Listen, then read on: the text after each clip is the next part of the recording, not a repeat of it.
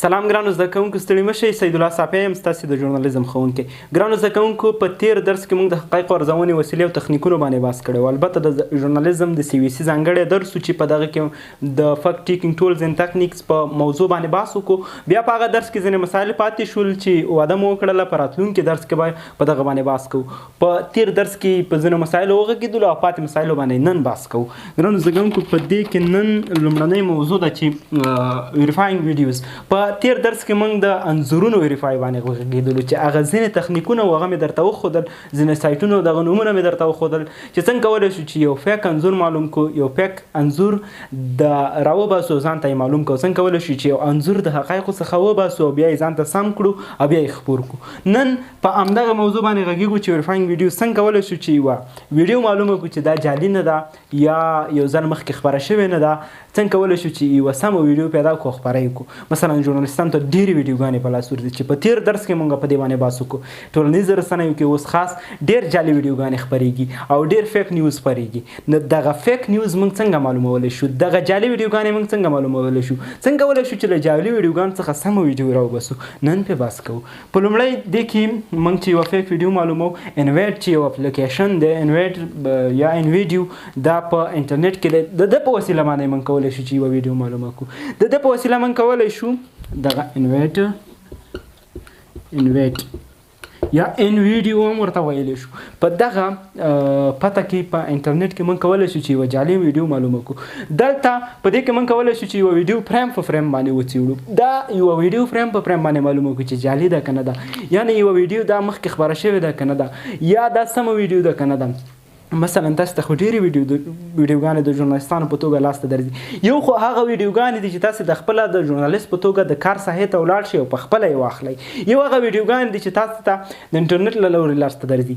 دغه د انټرنیټ نه چې کومې ویډیوګانې تاسو ته درځي، دا څنګه کولی شو چې دې کې فیک معلومې کړو؟ لکه موږ مخکې درسونو کې هم په دې باندې بحث وکړو چې په فیسبوک کې خاص اوس ډېرې جعلي ویډیوګانې خپرېږي، ډېرې په جعلي نومونو باندې خپرېږي. ان ځینې خلک دې ته حیران شي او دا په حقیقي توګه باندې ومني پې دغه څوک چې په دغه مخاطبینو باندې حقیقي ویډیو په توګه ومني. اصلا خو جعلي ویډیو وي. اصلا ځینې وختونه د ژورنالیستان هم په توګه کېږي دغه یوه جعلي ویډیو دوی د اصلي ویډیو په توګه واخلي، دوی هم ځان ته ومني. نو بیا موږ څنګه کولی شو چې دغه جعلي ویډیو د جعلیوالي څخه وباسو، یعنې ځان ته یې معلومه کړو چې دا جعلي ده یا سمه ده. نو همدغه ویډیوګانې انویډ کې موږ کولی شو چې دلته یې سرچ کړو، فریم په فریم باندې موږ ته څېړي. دغه یوه ویډیو چې په فریم یې موږ ته وڅېړله، بیا موږ ته راکوي چې دا یا جعلي ده یا سمه ده. دغه ویډیوګانې موږ www.watchframebybframe.com دغه سایټ کې چې دی، دا سایټ کې کله تاسو انټرنیټ کې سرچ کړئ، دغه ویډیو ورکوئ. دلته ویډیو لپاره خپل ځایونه اپشنونه موجود دي، هماغه اپشن له لارې تاسو ویډیو راوړئ. دغه سایډ به یې فریم په فریم وڅېړي، بیا به تاسو ته ووایي چې یا دا ویډیو سمه ده، یا به تا ته هغه ځایان ټول راواخلي چې دا ویډیو پکې مخکې خپره شوې ده، دا ویډیو له کومه شوله، د دې ویډیو تاریخ، جوړونکي، هر شی درته په دغه سایټ کې راخلي. نو بیا تاسو کولی شئ چې د یوه ویډیو د جعلیوالي څخه وباسئ وروخته. که چېرته دا نه وي خپره شوي مخکې، تاسو ته هېڅ معلومات نه راخلي، دا به یوه نوې ویډیو وي، یوه سمه ویډیو به وي، بیا تاسو کولی شئ چې خپره یې کړئ. بل ګیټینګ میپ رایټس، څنګه کولی شو چې سمې نقشې ترلاسه کړو؟ ګرانو زده کوونکو، نن لومړی په دې وغږېدلو ویریفاینګ ویډیوز چې په www.watchframebybframe.com په دغه سایټ کې موږ کولی شو چې یوه ویډیو د جعلیوالي څخه وباسو یا ځان ته ویریفای کړو چې دا سمه ویډیو ده که نه ده.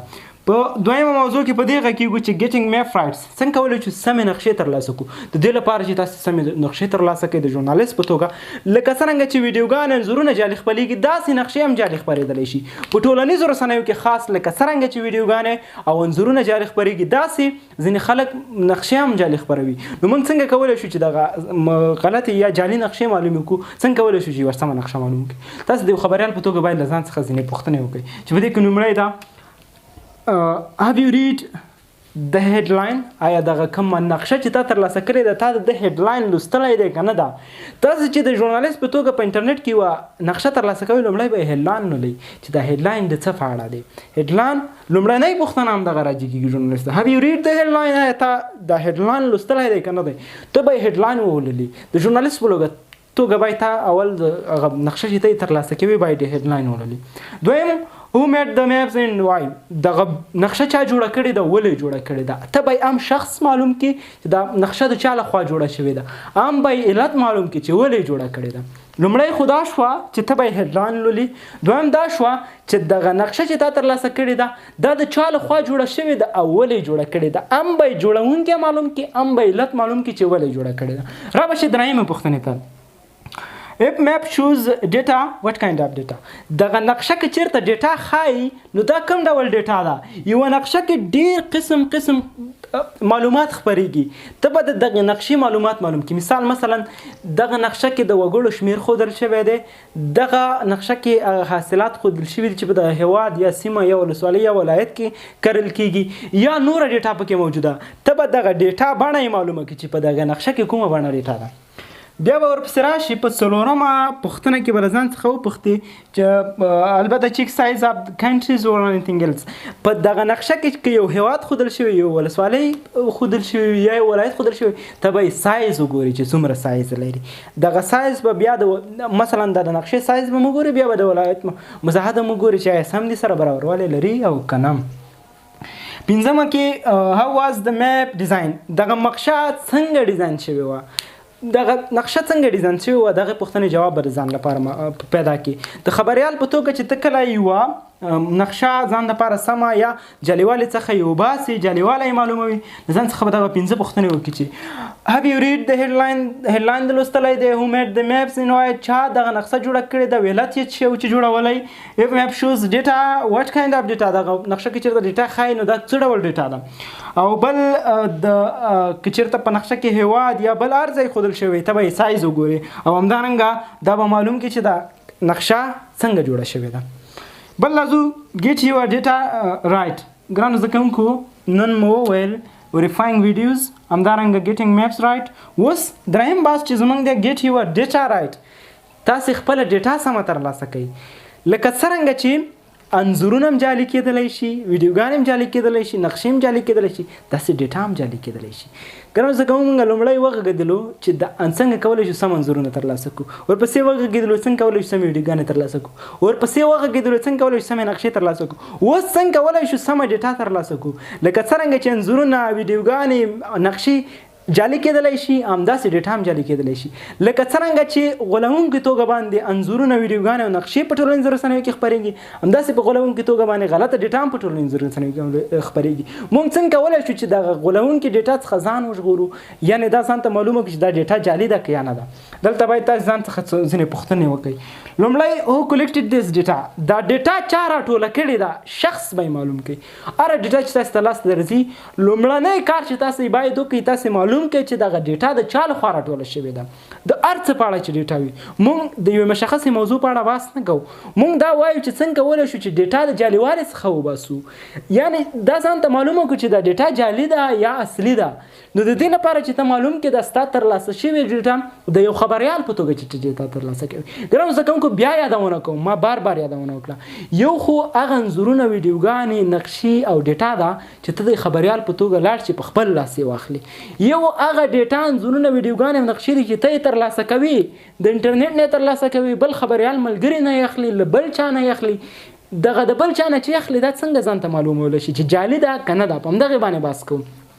په انځور مو بحث وکړو، په ویډیو مو وکړو، په نقشه مو وکړو، اوس راغلي یو ډیټا باندې بحث کوو.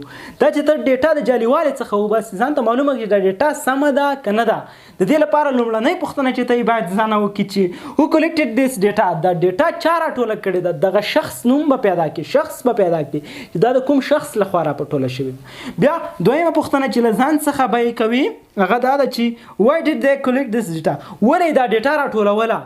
دا کوم شخص چې راټوله کړې ده شخص خو د ځان لپاره معلوم کړو، بیا دغه علت یې معلوم کړه چې د ولې راټولوله. بیا who funded the data collection؟ دغه د ډیټا بنیاد چا ایښی دی؟ یو خو ډیټا راټولونکی دی، یو بنیادګر دی. دغه د ډیټا بنیاد چا ایښی دی، یعنې بنیادي بنسټ یې چا ایښی چې د ډیټا یې رامنځته کړله. یو ډیټا رامنځته کوونکی دی، یو راټولونکی دی. تا خو یې راټولونکی په لومړي سر کې معلوم کړو، بیا دې ورته علت هم معلوم کړو چې ولې یې راټوله کړې ده. په درېیم قدم کې به ته دا معلومه کړې چې دغه د ډیټا بنسټ ایښودونکی څوک دی، د ډیټا بنسټ د چا لخوا نه ایښودل شوی دی. ګرانو زده کوونکو پوه نه شوئ، کله چې مونږ ډیټا د جعلیوالي څخه وباسو دا ځان ته معلوموو چې آیا دا ډیټا سمه ده که نه ده. ته د ژورنالیست په توګه باید ځان نه ځینې پوښتنې وکړي. لومړی دا چې ځان څخه وپوښتې دا ډیټا چا راټوله کړې ده. ډیټا راټولونکي نوم به معلوم کړي. دویم قدم کې دا چې ولې دا ډیټا راټوله کړې ده هغه علت به یې معلوم کړي. په دریم قدم کې دا چې د ډیټا د بنسټ ایښودونکي نوم به پیدا کړي چې دا ډیټا بنسټ له چا لخوا نه ایښودل شوی دی. لومړی خو یې راټولونکی و چې دا خوره وره ډیټا یې راټوله کړله. په دریم قدم کې بیا یې بنسټ ایښودونکی معلوموو چې بنسټ یې د چا لخوا نه ایښودل شوی دی. څلورم چې how was this data collected او دغه ډیټا څنګه راټوله شوله. یو خو ډیټا راټولونکی شو، بل یې علت شو، بل یې بنسټ ایښودونکی شو. اوس دا معلوم کړه چې دا ډیټا څنګه راټوله شوله. د بنسټ ایښودونکي له لورې خو ډیټا بنسټ کېښودل شو، ډیټا رامنځته شوه. د راټولونکي له لورې دا خوره وره ډیټا راټوله شوله.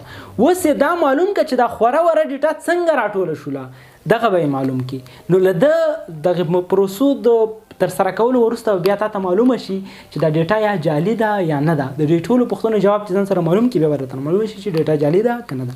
ګرانو زده کوونکو، نن ورځ موږ په 4 موضوعاتو باندې وغږېدلو، البته په 3 موضوعاتو باندې وغږېدلو.